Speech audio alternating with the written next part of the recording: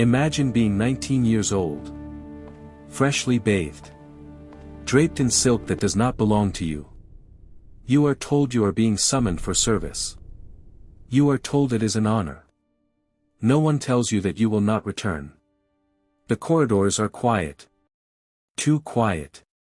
Hands adjust your sleeves. Someone corrects the angle of your gaze. Another voice takes your name, not to record it, but to erase it. Behind a screen, you hear breathing. Controlled. Powerful. You do not see her yet, but you already understand this is not a court appointment. This night is not about desire. It is about access. This is not rumor. This was policy. And the woman waiting behind the curtain was not an emperor. Her name was Wu Zetian. History would later try to erase the men first. And turn her into a monster afterward. Wu Zetian was born in 624, during the height of the Tang dynasty. She was not royalty. She was not an heir. She was the daughter of a wealthy merchant, born into a world where women were expected to obey, not rule. While boys memorized Confucian texts, Wu read in silence. History. Poetry. Strategy. She understood early that knowledge was the only weapon allowed to women, and even that came with risk. At 14, she was summoned to the palace as a secondary concubine to Emperor Taizong. It was called an honor. In truth, it was confinement disguised as privilege.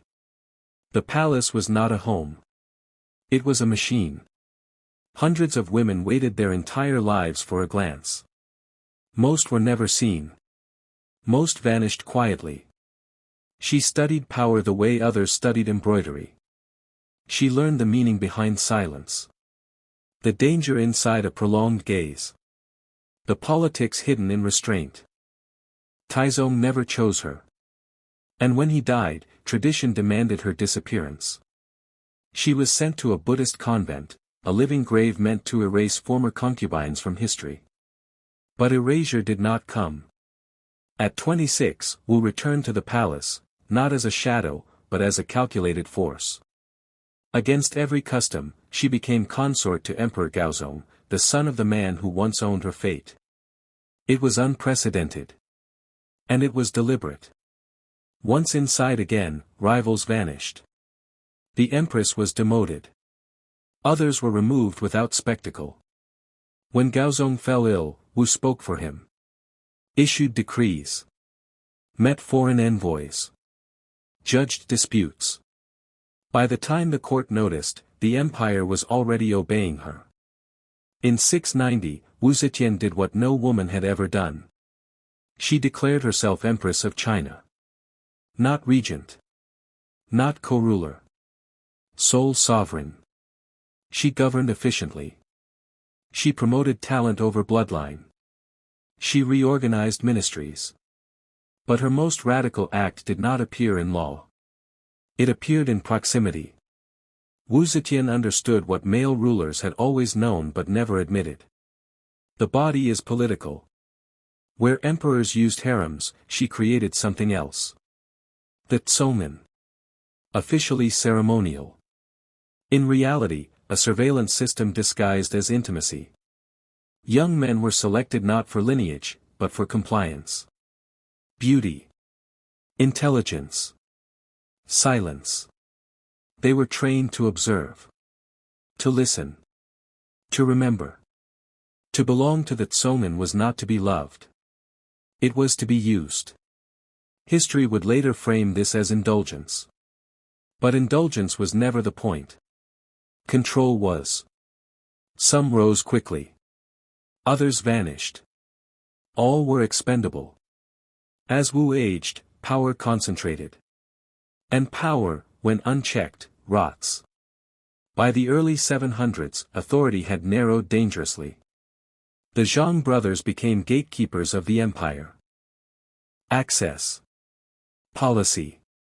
Decrees. The palace no longer revolved around the throne. It revolved around proximity to it. When Wu weakened, the system she built turned inward. The coup came quietly. No crowds. No speeches. The Zhang brothers were executed at dawn.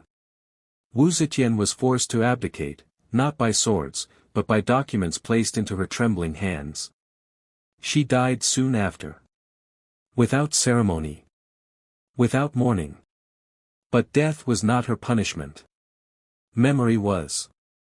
Her reforms were erased. Her competence ignored.